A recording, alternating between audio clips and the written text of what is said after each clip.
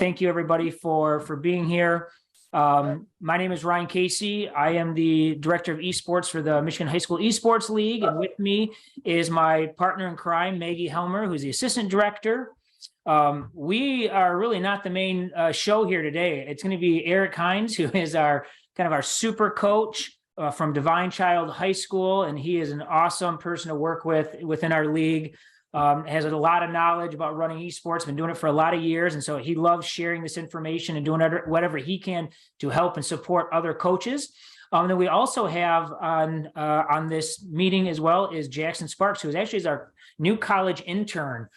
Jackson is from Eastern Michigan University and is a student athlete there. So a lot of people from the MHSEL side of things. We ended up with 27 new schools this spring. So we have a lot of new schools. Maybe you're not new to esports, but maybe you're just new to our league. So either or both is fine. We're just going to kind of talk about some things related to the league here, as well as some kind of best practices stuff. So you want to go to the next slide, Maggie?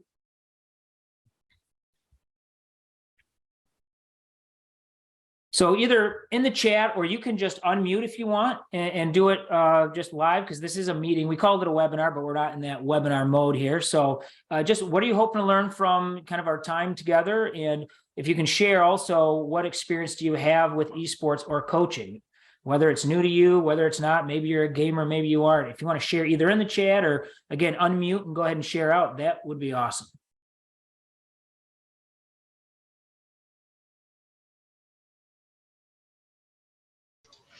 I'll go. We've had a program for about 4 years now and hoping to learn more about this league. We've played in a couple of leagues, so excited to join this one. Awesome. Thank you, Sherry. How about Judd or Nicholas? I see Cedric still trying to connect to the audio here. I'm Judd Robertson. This is my first year here in the league, so I'm just looking at logistically, making sure that when it comes down for the game day that we can connect correct and get all the rules right for Smash Brothers and Overwatch. I think those are the two games that we're going to sign up for this season. So just to get more info about that, the logistics behind it. Perfect. Well, Nicholas, maybe if you're on, you mind sharing?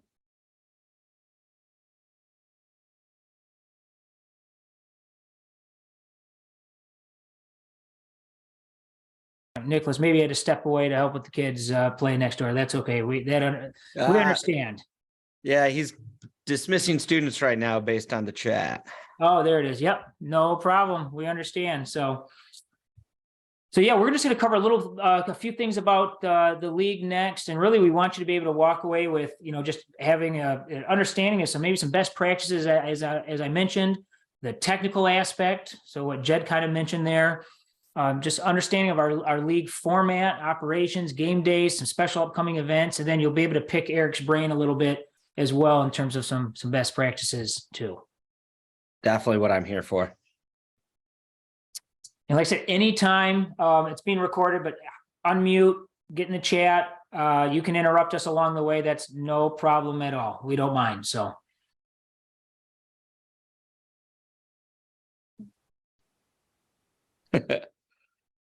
So we're going to start off with just some basics of our league. So we have been around for about 3 years, and really we just want to help promote esports for high school students. We want to give them that safe, competitive, and curricular environment, so they can not just be gamers, but really be embedded in their school community. Right? We know a lot of kids that do this. Some of them are traditional athletes. Some of them are theater kids. Some of them haven't done anything extracurricular wise their entire high school, middle school, academic career. This is the first time they get to be involved. So it's a great opportunity to work with kids and build them up.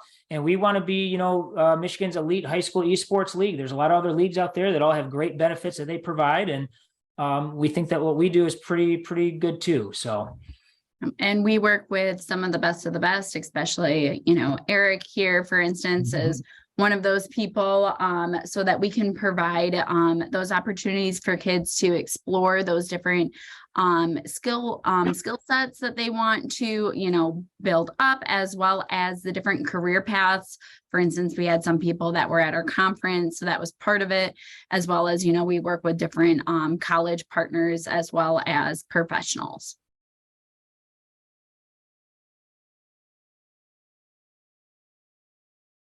And this is probably one of our favorite quotes that we like to put up, just because, no matter the results, when students compete, school culture wins. One of the biggest statistics for us that sticks with us is that 45% of students that are involved in esports were never involved in anything in their school before. And we're not just talking about traditional sports, but just, band, leadership groups, drama, etc. So it's just really unlocking another group of students and getting them involved in your school's culture, as well as making connections with different groups together. So it's a great opportunity. Can I jump in here, Maggie? Please. From the school culture angle, since esports is so young, the students get to take control of the program in a way they don't get to in baseball, football, hockey's, even in the theater department. Those programs are generally so developed and there's so many outside influences helping out that the students don't get that hands-on experience. Esports, with a lot of our coaches, there's so many titles going on. Knowing every single title is really rough. So those students are finding homes in being student coaches, jumping in with helping training regimens and pieces like that. And you really see that growth in them as leaders and their excitement with participating in the school. They'll start wearing those varsity jackets with pride, knowing that they help build that program. Absolutely. Our next slide here is back from the fall. So we are really just, our league is expanding at a great rate. So we ended up with about 55 schools last fall. You can see the heat map that Maggie put together. So hopefully you see a neighboring school on there, maybe a crosstown rival. Maybe you have a family member, a friend, or a peer that teaches or goes to one of those schools, because we really are expanding. Southeast Michigan, of course, is very populated, but we are moving to the west side, northern Michigan. We add a new UP school, I think, every season we play. And this spring, we are up to 79 schools right now and 300 and some odd teams across 9 different game titles. So just from fall to spring, we've expanded quite a bit, and we'll be over 100 schools next fall, next spring at some point for sure. So Maggie has her work cut out making the heat map for spring and getting all those little dots on the map. One of the things I was excited about, we have meetings with our partner, our platform partner, to get our numbers and everything, and we will exceed over 1,000 students being involved in esports this spring season for our league, which is absolutely amazing just to know the amount of students that are involved in giving this great opportunity. Yep. So we are on the spring season. So some of you maybe didn't participate in the fall, and that's all right. So we're in the preseason right now, which is typically 2 weeks. Those are optional, but like as Judd mentioned, it's a great opportunity if you haven't done anything yet to get those in and test out your filters, make sure you're able to play, that you don't have any hiccups there. We hate when, you have to forfeit because of a technical issue, right? Then we're going to go into 8 weeks of a regular season. You are given a bye week in there, so you can use that for whatever spring break or midwinter break possibly that you might have. And then we have roughly anywhere from 2 to about 4 weeks of a post-season tournament.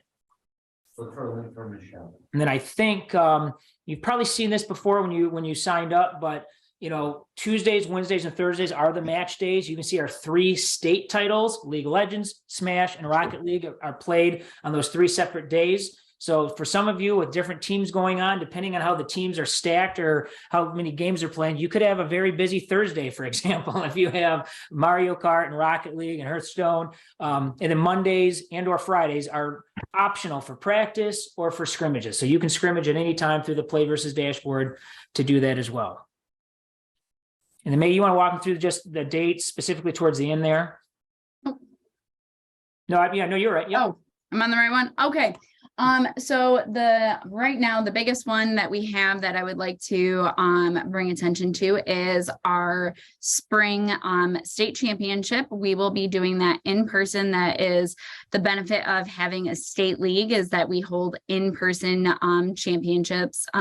During the fall, we were able to offer semifinals. So we are trying to figure out what we are able to offer.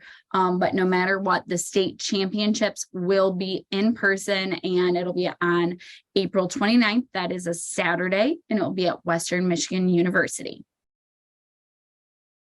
So I think that's it for us. So for now, you didn't want to listen to us anyways. You're here to listen to Eric. So without further ado, Coach Hines is going to kind of take it over. And then again, feel free to ask questions along the way. Maggie and I might jump in.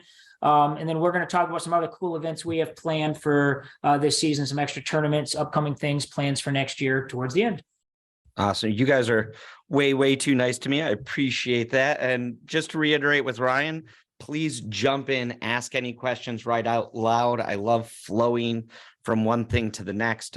My classroom runs the exact same way, so I'm used to switching gears right away. What I'm going to cover next in this slide, we're going to exit out of the slideshow for a moment, and I'm going to show you the basics dashboard from Playverse, how to set up teams, how to add players, what all that looks like, just so when you go to do it yourself, you have an inkling of what it looks like. Not like, okay, is this what it's supposed to look like? But like, oh, I remember that from the slideshow. I remember that from the webinar, and you have that comfort level behind you. So it looks like I should be able to share screen now.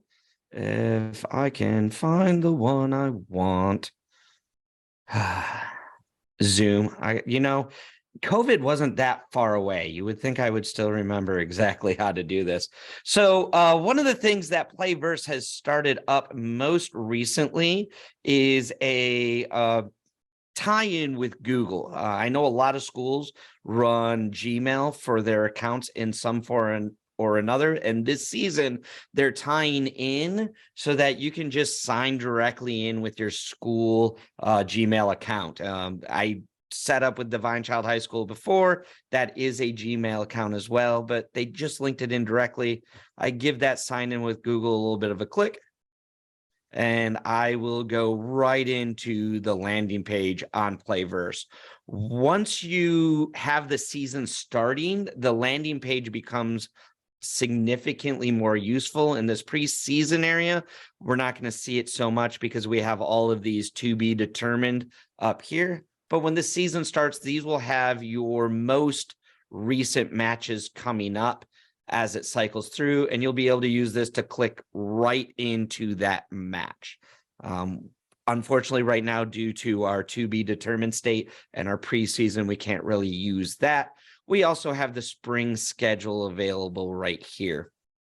The most useful tab we have for our preseason is the competitions tab.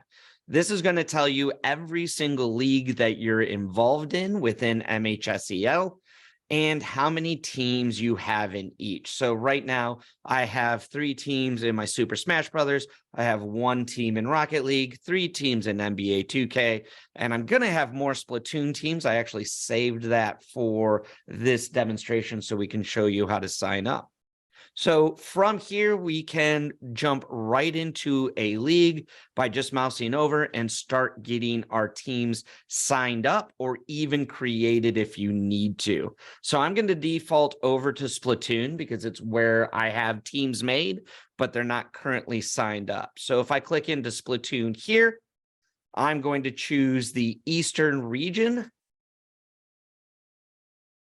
And from here, I can sign up my team. So I have all of my Splatoon teams listed right here to the right that were already created. So I have these teams created. I want to get them signed up into the Eastern region. I just give it a click to enroll. It brings me here. I find my Splatoon teams, Eastern region. I update my spring enrollment. Bada boom, bada bing.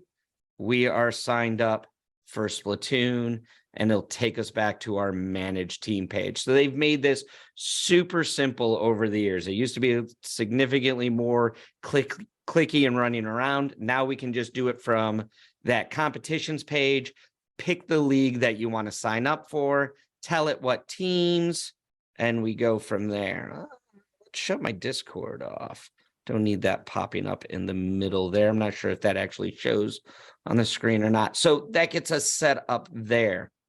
The other place that we can do this is from our manage teams section. So if we come down into manage teams, we have a couple drop downs here that allow us to select into our titles and then create teams from there. So right now I'm looking at my Splatoon teams. I have the 3. I can see that all of them are enrolled. If I flip over to my Smash teams,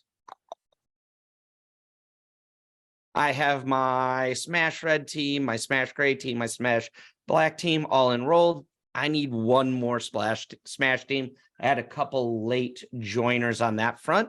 I can do that right from this page with Create Team. I tell it what game I want to be playing with it. It'll tell us what our team size is. We're going to come in here and enter our name. So this is going to be DC Falcons White. I always use school colors just to differentiate my teams. If you want to use the varsity, JV terminology, you're free to do that as well, or whatever other creative terminology you want to come up with. And that creates my team. It has no players on it. It doesn't have anyone enrolled. To add my players, I click Add Player, and here is a list of all of my team players. And if I look at my schedule over here, so I can remember which players are on which team, I can find there is the captain of that team. They're added in right here. One of the other cool things it offers you on this dashboard is it tells you your players' sign up condition. So Dom here is on my roster and my team, but he has not linked his Nintendo account. It is not a requirement, but it is a nice way to have it tied in so that we know it's a person. If we have to cycle through switches, it makes it really obvious who's actually on that team and who is not. So once again, just to add that in, I hit Add Player. I look for my next player, Mark, hit confirm, and he is on the team. Adding players is super simple as well. If I come up to the school tab, I hit players. It's going to be running super slow. There it is. So this is a list of all the players you currently have on your esports team, players that you haven't verified are your players yet, and also a way to invite your players. So if we hit the invite players button, you have a share link right here. The way I get this out to my players, I do a Google Form sign up at the very beginning of the season. So I'm collecting all of their emails. I can mass those together in a giant email, hit the share link, and that will take them right to Playverse inside your school. And then it's just a matter of them providing their email, information, year they're graduating, so that Playverse is keeping track of our players for us and who's still eligible. So just a nice little click of the button that's copied in, a Control V right into your email, and off it goes. If you have an individual player and you know their email, you can pop that in here as well and hit send, and off it goes. The player will then have to fill out some basic information. It'll ask them for school email address. It'll ask them for name, graduation year, and a backup email for them. That's all the information that Playverse collects. Then you're going to get a verify player button. You verify that they are indeed on your team and they're in, and you can select them for a team. So now I can come back to manage teams. Head on down to Splatoon because Aiden was my missing Splatoon player. Hit add player and find Aiden. There he is.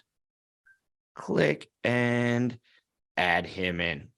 Fantastic. Now you can enroll your team into a league without a full roster and get them added in later. I do have some late adds that are going to happen for myself, but my team's already in and enrolled. So that covers our competition page.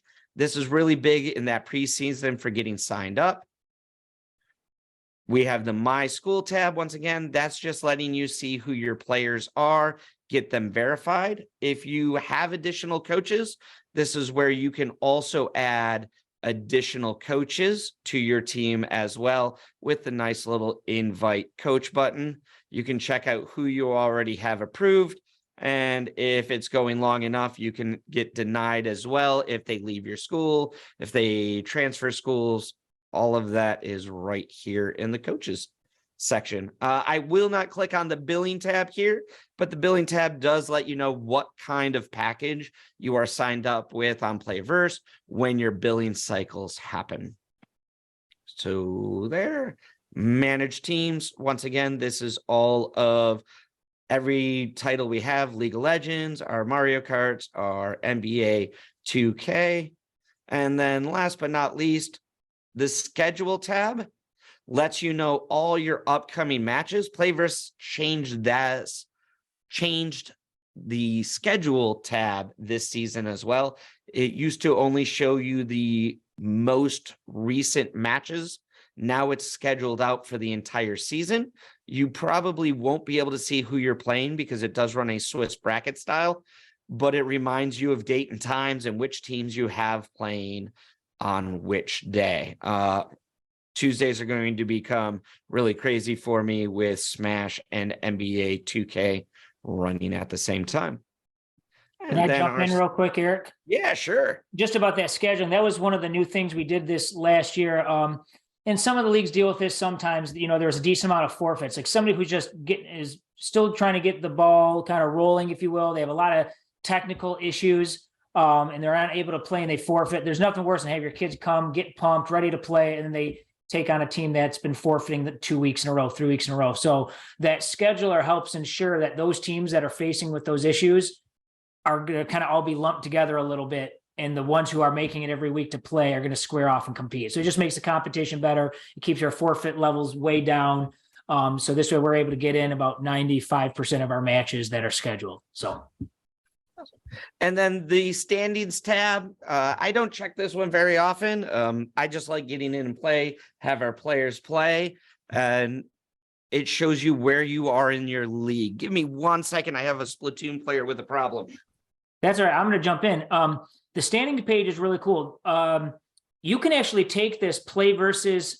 There's the website, playversus.com/Michigan. And if you jump into like our 3 state leagues, or really any game that you have, this would be a great page, by the way, to screenshot and to send your administrator or to send out to your students' parents or your athletic director. So it's a great way to kind of spread the word and help promote your team and promote what you're doing, because there's not an audience like there is for volleyball or track or basketball or football, right? You're not playing in the gym. There's no stand. So unless you're streaming your matches, this is a great page to snapshot, take a web clip up off of and share it with your administrator, share it with parents so they can see how you guys are doing.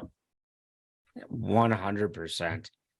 And I clicked into, I was hoping it would let me bring up one of my past matches, but it looks like that's been removed. So unfortunately, I cannot show you where the coaches chat and the player chat is, which makes me kind of sad. But Playverse last season added a coaches chat section to the actual matches so that coaches can have conversations back and forth that the players can't see. It's a really nice place to discuss how the matchup is going, what kind of things the coaches are seeing back and forth. So please take advantage of that, especially if a rules discussion gets brought up. That's a place coaches can go through the rule book, discuss those pieces, and it's not visual to the players as well. And I believe that's the basics of the Playverse dashboard. They've added so many things that it makes it nice, easy, and breezy to run through. Oh, last piece. I knew I'd remember something. Your resources. Here is all of your rule books for the spring season. You give that one a click. You scroll on through here and you can find all your game rules for Hearthstone, Splatoon, Mario Kart, Rocket League. I like to send this out, get it printed up so that my players have it on hand. More importantly, I have it on hand, especially if you are a Smash team player. We love to forget what maps are actually legal. So having the list of stage selection and game formats readily available for all of your players and yourself included is super handy. And you'll find that right in resources. You'll be able to send it out into a web page like format and get that printed off as well. See, we got something in the chat. Any questions about the dashboard? So to back Ryan up on that, how are we feeling comfortable with the dashboard? Any questions, anything you would like to see? I was going to add in, as we're waiting for questions, that there is a link to resources on the Playversus site as well as the dashboard. I love that they have added it into the dashboard. It makes it super easy for you guys and very convenient, which I absolutely love. But I will drop that in the chat.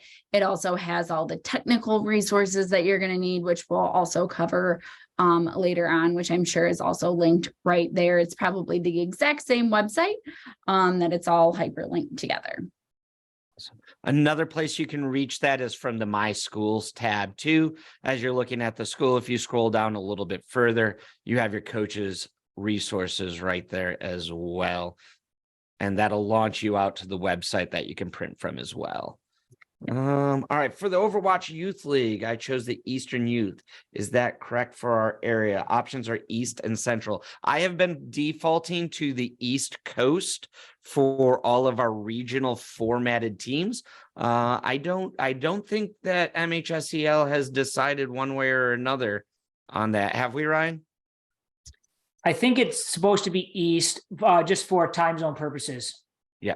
So Okay. Excellent. because Eastern region, everyone's on Eastern Standard Time this way, so makes it a little easier. Yep. Great question. 100%. All right. So I'm using my teacher wait time. See if anybody has any other questions there. If not, we'll jump right back to that slideshow. I think we're good. Seem to go. All right. So we'll jump back there. I had one question. Real quick. Oh, go ahead, Judd. If we have a Smash Brother that does not own a Nintendo Switch and they don't have a Nintendo account, can they make a Nintendo account just through like a website, or do they have to own a Switch to be able to link it?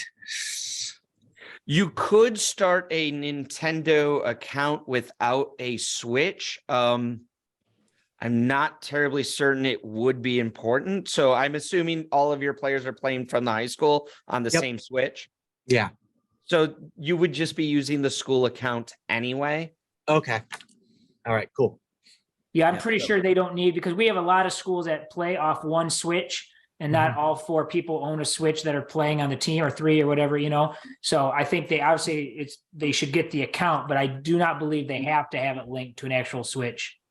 All right. So a couple of my players have like gotten Switch codes off of there for people they've played against, and they've started their own scrims to practice heavy, get better at it. So it's kind of a nice thing to have, but not a 100% requirement. Cool. Thank you. Yeah, not a problem. So do I take, oh, there's the dashboard. So that's basics dashboard and our resources. If we can go to the next slide, I think I'm doing good on time. So one of the other pieces in that Playverse dashboard that I don't have access to because I am not a league player is league, team, and player stats. So if you are a heavy League of Legends coach, you can do your scouting so that you can get your bands plotted out before the game ever starts. And that's going to be found in that League of Legends tab on Playverse, but I do not, unfortunately, have a League of Legends team to run that. But if you're a scouter, all of that is there for you. So let's talk about the games MHSEL offers, what we have on tap. Right now, our in-state big 3 is League of Legends, Super Smash Brothers Ultimate, and Rocket League. Those are the titles that will have a in-person state championships.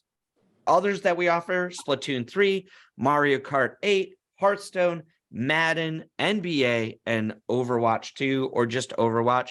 They switched over to the 2 lingo. I don't know if the players have picked it up yet. I think they still just call it Overwatch. But those are the titles we add there. Everything from sports to strategy. We have a title for every skill level, every interest, every niche possible. And we have the reigning 2-time Madden NFL solo champion. Now he's a sophomore, one as a freshman last year from East Kentwood High School near Grand Rapids. So which is kind of cool. Yep. East Kentwood's a powerhouse. Yes. I did want to just make a note about our in-person state championship. If nobody here has been to an in-person esports event, it is absolutely incredible. It's like being at a football game or a basketball game or a volleyball game and sitting there just watching the kids play and getting all hyped up and the excitement. It's really, really absolutely amazing to experience. And it's awesome for the kids. So we're very excited to be able to offer those as an in-person event. I've taken my players for the last 2 years, finals or not. I've gone there. Just watching that gets them hyped up for the next season.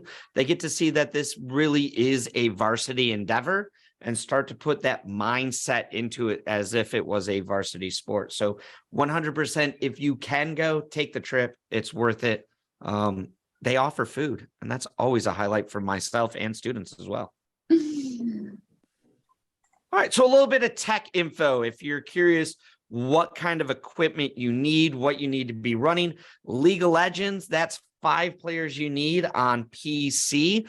League of Legends, Riot does a really good job of ensuring that their competitive games play on essentially a toaster. So League of Legends can be played on old laptops or top-of-the-end machines. You're not really going to get a player advantage out of running a $3,000 rig. So League of Legends is a great title if you're still just using your computer lab standard computers. Super Smash Brothers is 3 players you need for a Nintendo Switch. Rocket League is 3 players, PC, console, and something I want to stress, Nintendo Switch there as well. About 2 years ago, they pitted the Nintendo Switch state champions against a PC only style state championship, and the Nintendo players won. So there isn't that big of an advantage to being on PC. Of course, your players are 100% going to say, if I don't have 144 hertz refresh rate on my monitor, I just can't play this game. It's not true. It's a mind game. Switch players in Rocket League perform very, very highly, especially at this skill level. Splatoon 3, 4 players, also Nintendo Switch. And then for our regional games, Mario Kart is coming up, Nintendo Switch, 4 players for a team. So Mario Kart is not a solo endeavor. You actually play 4 racers against 4 other racers. So not only do you have the speed and lap time, you have the strategy of where are people inside the race, picking up items, using items. It gets really strategic. It's a whole lot of fun. Hearthstone, you get a 3-player team there, runs very similar to Smash, in which you're pitting 1 player against another and keeping a team score. That is PC and console as well. Madden and NBA 2K are solo players on the PS4. I believe the PS5 has cross-play now, so should work as well. And then Overwatch 2, that's 5 players, PC or console as well. So you can see there's a large stretch of what kind of equipment you can have and run and still participate in esports. Nintendo Switches is something every player has, or most students have. So if you're comfortable having them bring in their equipment, you suddenly have a Rocket League team and you're running off of their assets. Tech needs. Speaking of tech needs, what do you need for tech? Next slide.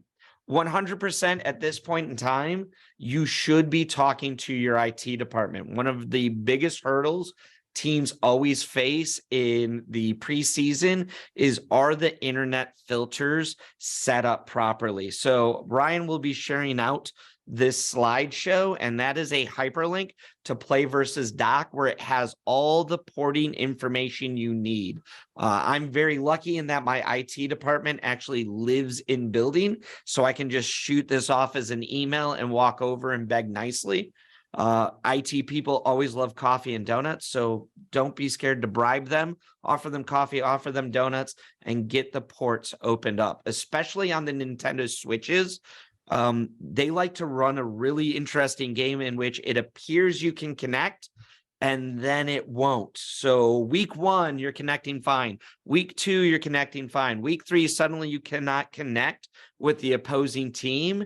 And it's probably because there is a port somewhere that is set to a condition that is incompatible with your other team. For those of you who are familiar with NAT settings, it's real easy for a switch to be in a medium NAT.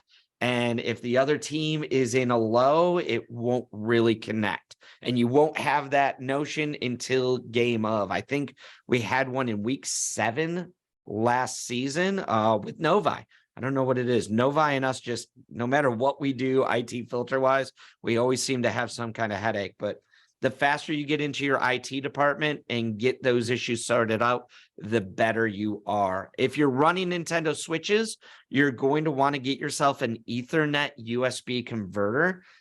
It was not native to the Nintendo Switch dock.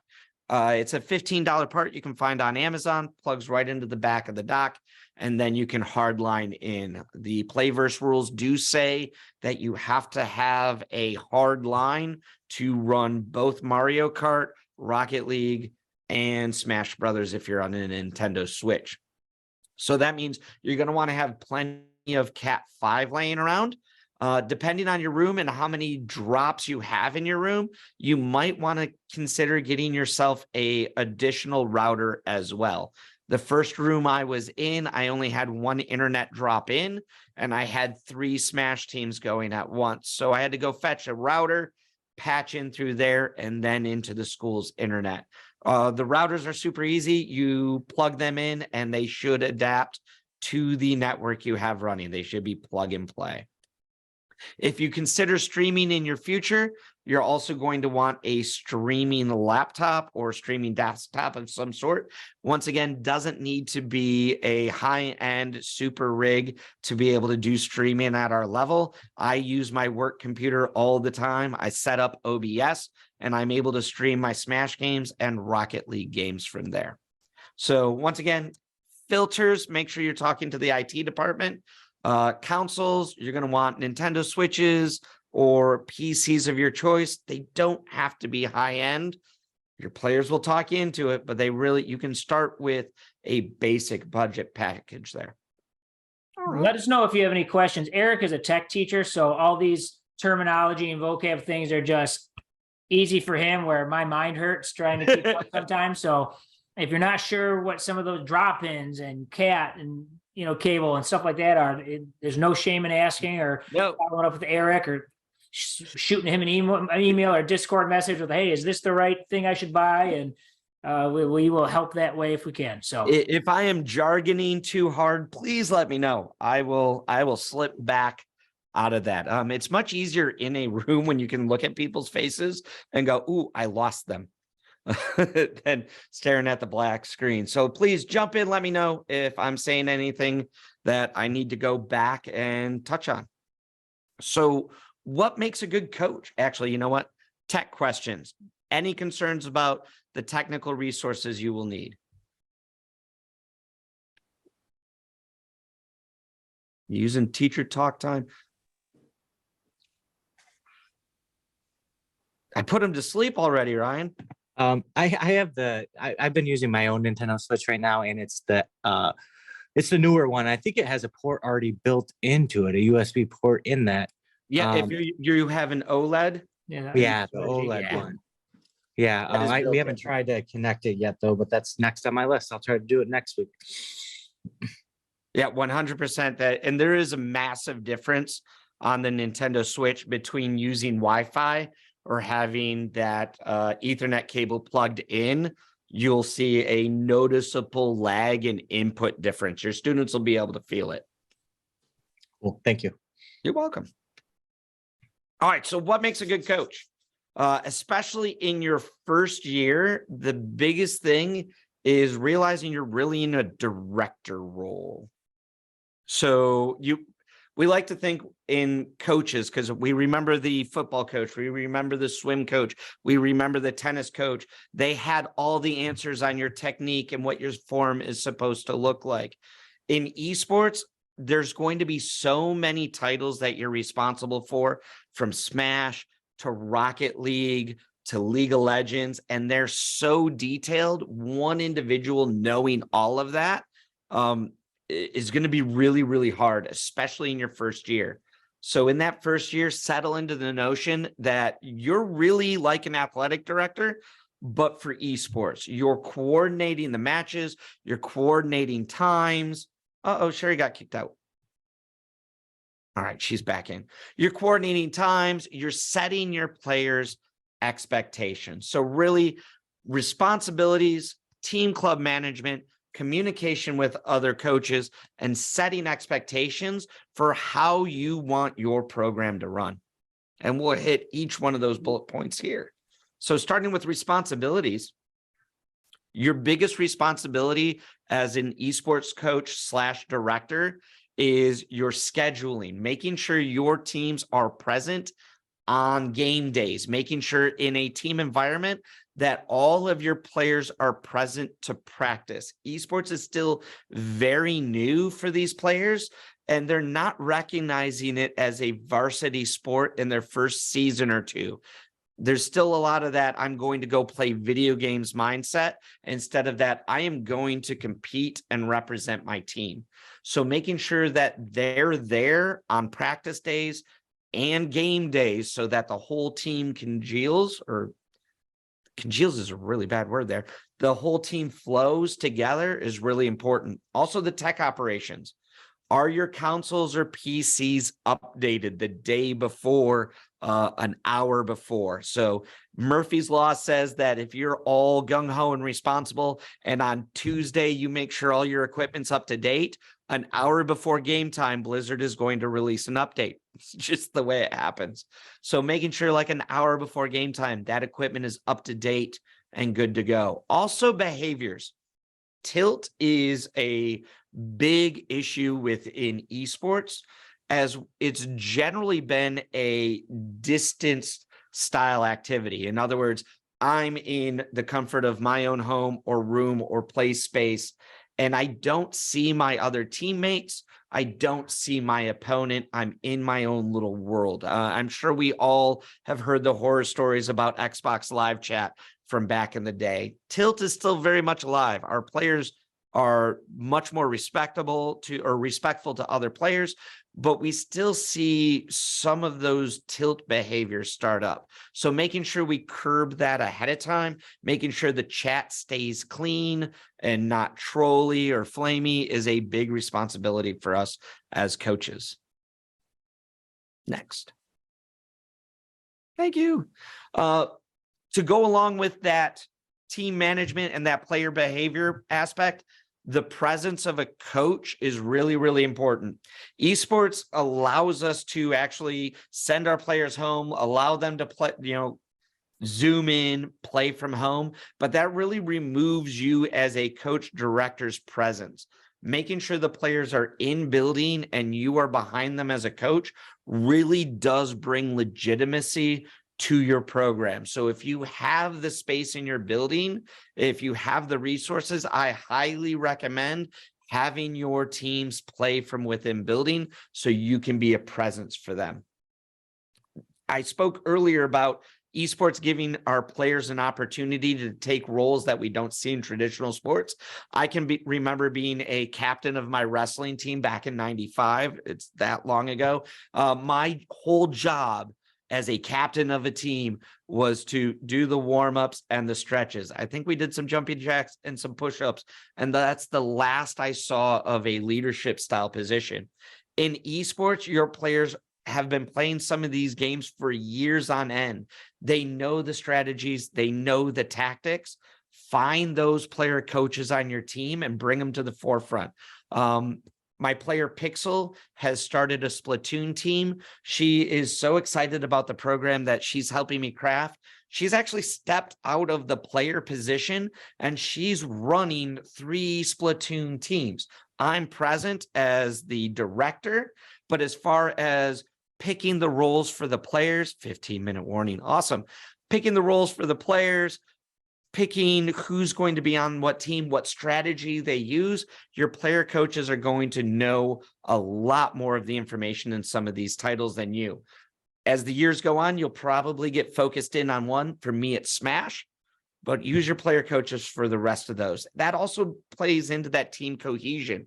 If your player coaches are another student, a friend of theirs, it really helps bind that team together. Setting expectations, I think I've covered with the player behavior thing. So in the interest of time, we can swipe on. And I'll just add on, we usually get one, I don't want to say a complaint, but there usually is a one issue about every semester, every season, where, you know, a kid might have said something not very appropriate in the chat or whatever it was. And in almost every case, it's come down to the coach left them in the room to play because they were going to go use that time to make copies down in the office. And so there was no one there to ensure that they were meeting those expectations and appropriate behaviors that Eric just outlined. So it is really important that you are there and you are providing that presence. Communication is a big thing. I like to start trying to communicate with the opposing team's coaches, usually on Monday, no later than 24 hours in advance. I will get into the match chat. I'll reach out to the coach, make sure we have that communication and everything is good to go for the game day. Getting that started early really opens up the channels for if that coach does like, oh no, my team's going to be 10 minutes late. That channel's already open. You're already conversing. You can work those pieces out. Also, have grace in that chat channel. This is text-based. A lot of, we all have experience with misinterpreting text messages from family and loved ones. It's going to apply doubly to a coach you're not familiar with when you're in the stress of actual competition. So take some grace with how you're wording things in that text area, and especially your players. Model that out for the players. They're used to a lot of text lingo and behaviors with their friends that when they communicate that over into the chat on Playverse might not be read the same way by the opposing team. So get your players to use that respectful language, use appropriate language, and don't do anything that could be interpreted as trolly or flamey. I'm going to jump in here just real quick. I know that I want to be respectful of time, but we're also trying to set the bar here. This is a whole new area for esports. This has been up and coming, but it's not like it's been around for 200 to 300 years plus, where, where there are, expectations and, there's already those, the culture is already set. So we're trying to set that culture. So it's really taking that time and giving, working on the sportsmanship and everything like that. So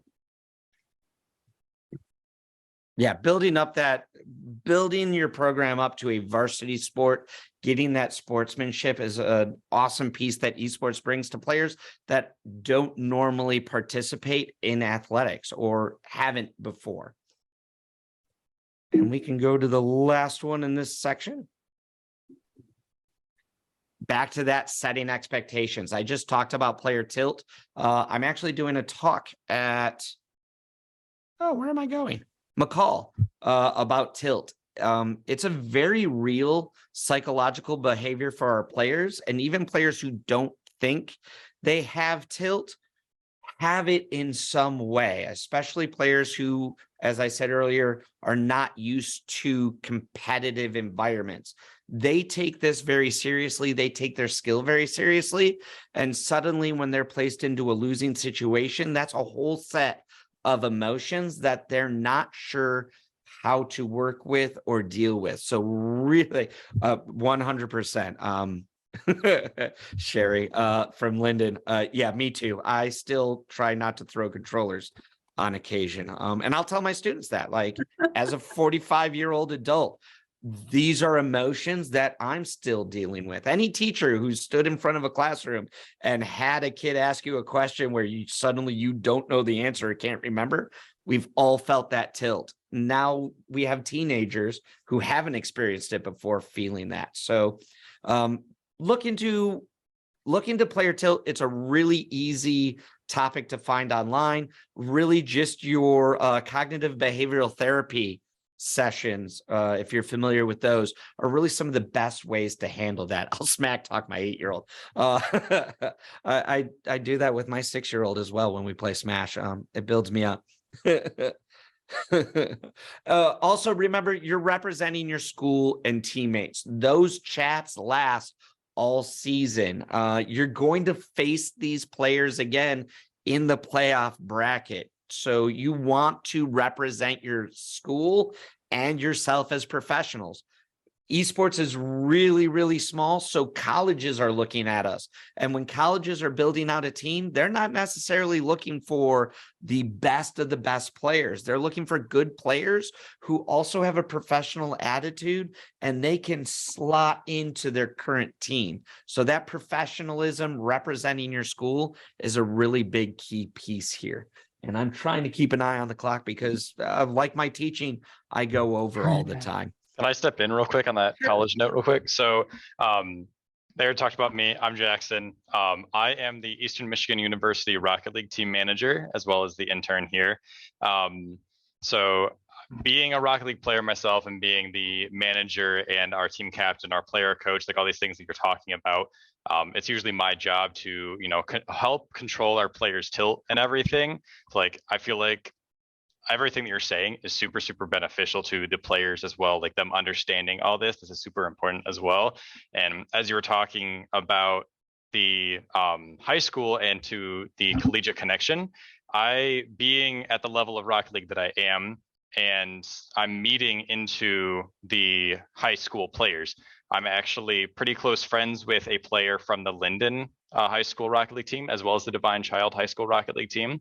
I've ran up against them into competitive, and I've talked with them. I've pulled their teams into scrimmages with our university team and given them experiences at that collegiate level.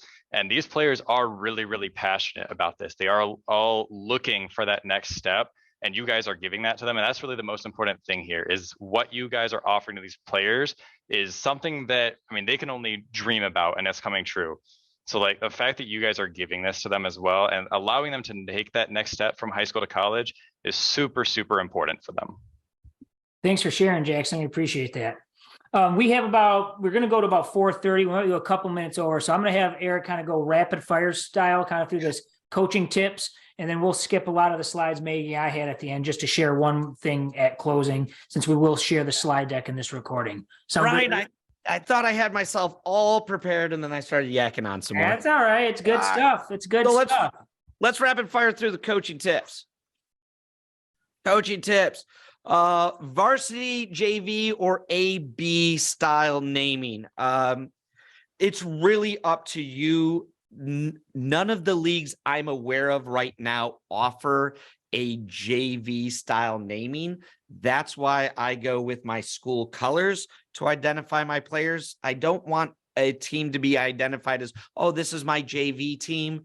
When they're in the matchmaking, it gives a mental space to either team. So I personally use a color spectrum naming system. It masks which team is my varsity team and which team is my JV team. Tryout methods that I have used. If you're doing Smash, I like to use a Swiss method where they are only playing people that have also won or have also lost. I usually play that through for 4 rounds, and that gives me my pointing, and then I can cut my teams from there. So if I have 9 players at the end of a Swiss round, they'll all have a pointing system, and I can say top 3, this is this team. My next 3, this is this team. My next 3 is the next team. That's great to hear. They're all super. Yeah, they're 100%. And expectations for team performance. In the privacy of your own practices, do talk about this as a varsity competitive sport.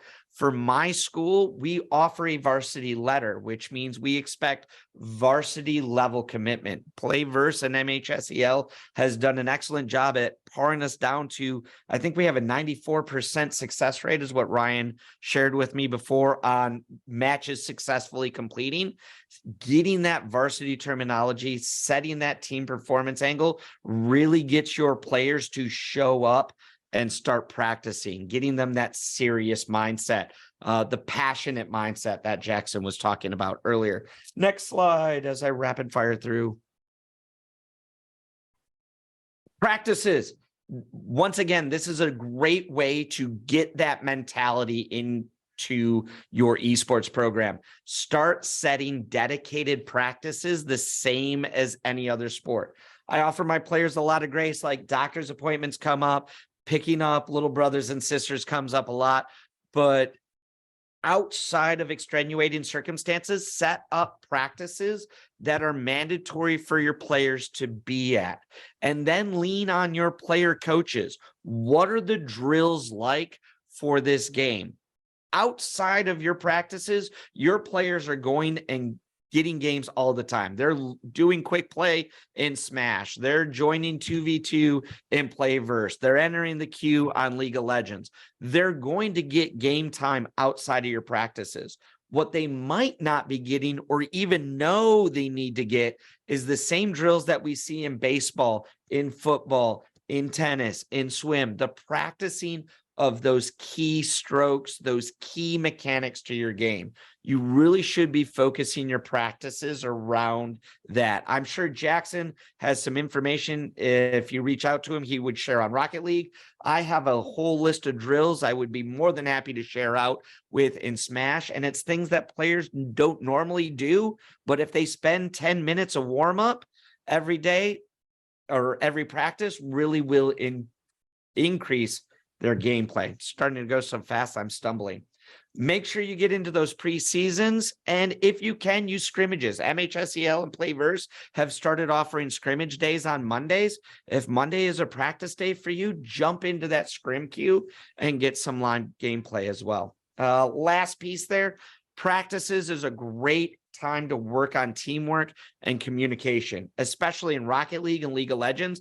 How your players communicate to each other dictates the pace of the game. One of the things you can watch out for as a director is making sure that your players' communication is clear, precise, and only game specific. Get them to save the cheering and the excitement pieces for in between matches.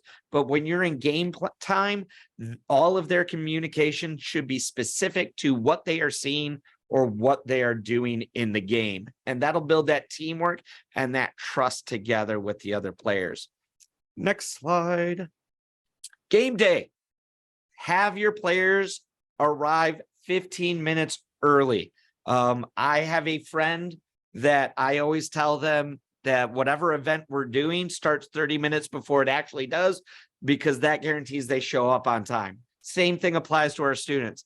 Tell them to be to game day 15 minutes early. That way, if they do trickle in 3 or 4 minutes late, you still have plenty of time to get the day, get in and get set up for the game. It also gives you time to be warmed up. Players really do need time to settle into the mental space. Getting the controller, mouse, and keyboard in hand is key to that. And as I'm looking at the time, I'm at 4:30, so we'll push through. Fundraising. I talked about this earlier when we were talking about equipment. Money doesn't make performance.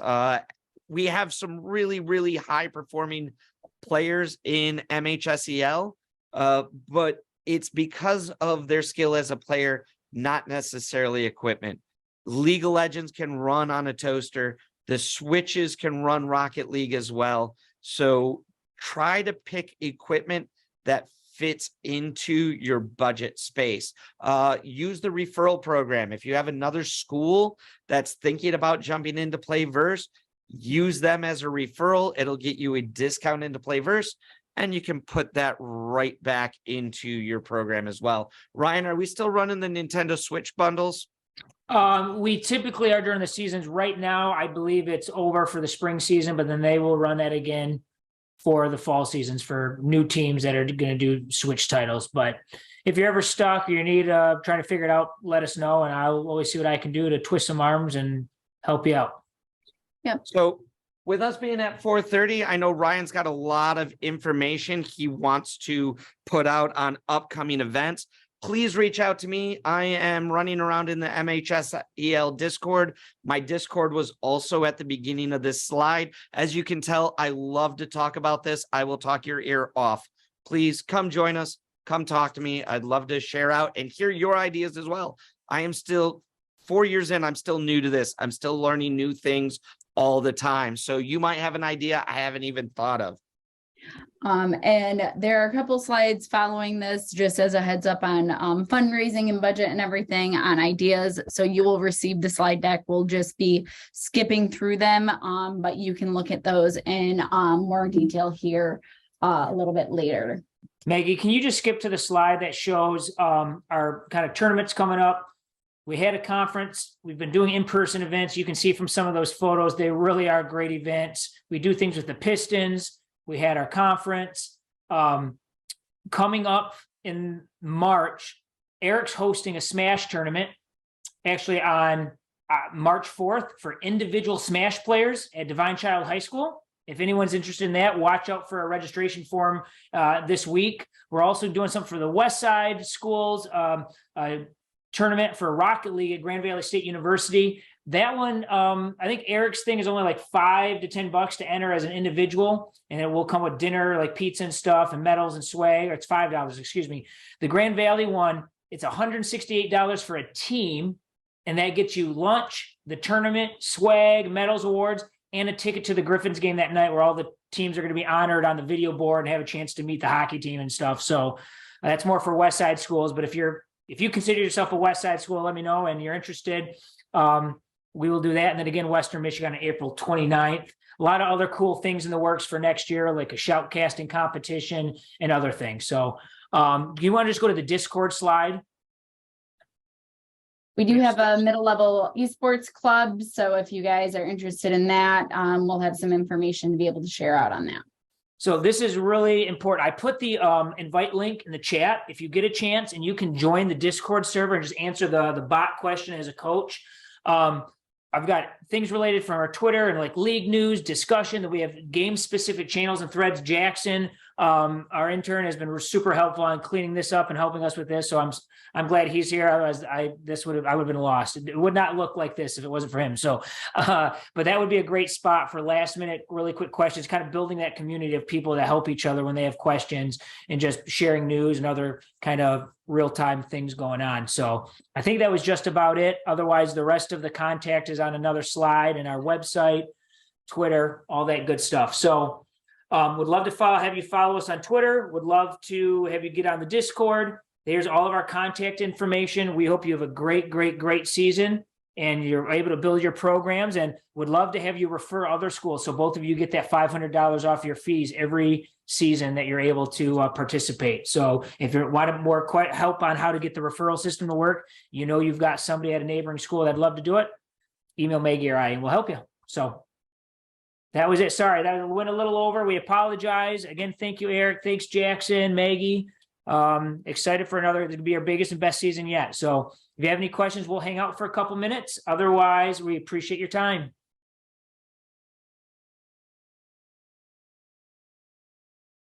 Looking forward to this season. Looking forward to seeing all of you out there. Yeah, that Smash League is going to be competitive. Let me tell you. Huge. It's going to be awesome. Yes, I'm really looking forward to the skill level there keeps increasing. Well, Rocket League too. Yeah, The Rocket skill League does level of too. Our players They keep both going have. up and up and up. Yep. Yeah. So thanks, Jackson, for taking time. I know you think you're probably out of class, but appreciate you being on. Just want to have you kind of have an opportunity to see these are the kind of things we do. Obviously, in addition to running a league, we're out and about and talking with folks, putting on different sessions and events. So appreciate you being on. Yeah, of course. I have a quick question if Yeah. you have a minute. For the queuing system that like for Rocket League tomorrow preseason, we have a team assigned to us, or just wondering how that works since it's our first time with that? So when you queue, so for the preseason match queue, when you go in, you're going to get a screen that says your name and join queue. You're going to click that join queue button and a countdown timer will start. I believe it's about 10 minutes. It's going to gather up everybody else who match queues in the region as well, and then start pairing you off there. So you won't know who your opponent is until the end of that match queue time. But that's only during Okay. the preseason. During the regular season, you'll have about a 1 week heads up, right? Yes. Okay. During regular season, usually the beginning of the week, who your opponent is comes out. You'll see that in the Playverse dashboard. The scrimmage queue on Monday works roughly the same way. Everybody logs in at the same time, hits the enter queue. It gives about a 10-minute window for everybody to join up, and then match makes from there and divvies it out. Okay. What time does the queue system start for the preseason then? It'll start tomorrow at 4 o'clock. Oh, okay. I was thinking it was earlier, so I was trying to figure out when I needed to look for it. So thank you. You're welcome.